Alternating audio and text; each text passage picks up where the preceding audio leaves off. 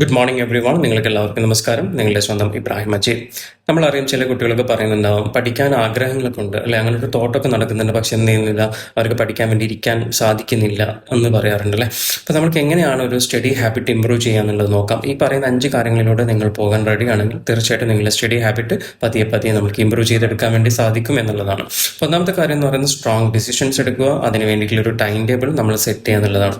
രണ്ടാമത്തെ കാര്യം എന്ന് പറയുന്നത് ഒരു ലോങ് ടൈമിലോട്ടേക്ക് നമ്മൾ പഠിക്കാൻ വേണ്ടി ഇരിക്കേണ്ട ഒരു ആവശ്യമില്ല. നമ്മൾ വെറും 15 മിനിറ്റ് മാത്രം പഠിക്കാൻ വേണ്ടി തീരുമാനിക്കുക. ഈ 15 മിനിറ്റ് ഗ്രാജുവലി എന്താവും, അത് ഓട്ടോമാറ്റിക്കലി തന്നെ കൂടി വരും എന്നുള്ളതാണ്.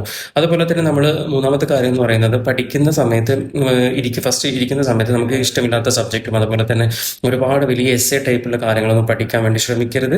വെറും ഷോർട്ട് ആൻസേഴ്സ് ആയിട്ടുള്ള കാര്യങ്ങളിലോട്ടേക്ക് മാത്രം, അതും നിങ്ങൾക്ക് ഇഷ്ടപ്പെട്ട സബ്ജക്റ്റ് നോക്കി ചൂസ് ചെയ്തുകൊണ്ട് പഠിക്കാൻ വേണ്ടി സ്റ്റാർട്ട് ചെയ്യുക.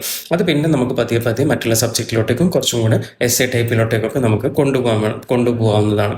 പിന്നെ അടുത്ത മൂന്നാമത്തെ കാര്യം നമ്മൾ പറഞ്ഞല്ലേ. നാലാമത്തെ കാര്യം എന്ന് പറയുന്നത് നമ്മൾ സെലക്ട് ചെയ്യുന്ന സീറ്റ്, നമ്മൾ പഠിക്കാൻ വേണ്ടി ഇരിക്കുന്നത് എവിടെയാണെന്നുള്ളത് മെയിൻ ഇമ്പോർട്ടൻ്റ് ആയിട്ടുള്ള കാര്യമാണ്.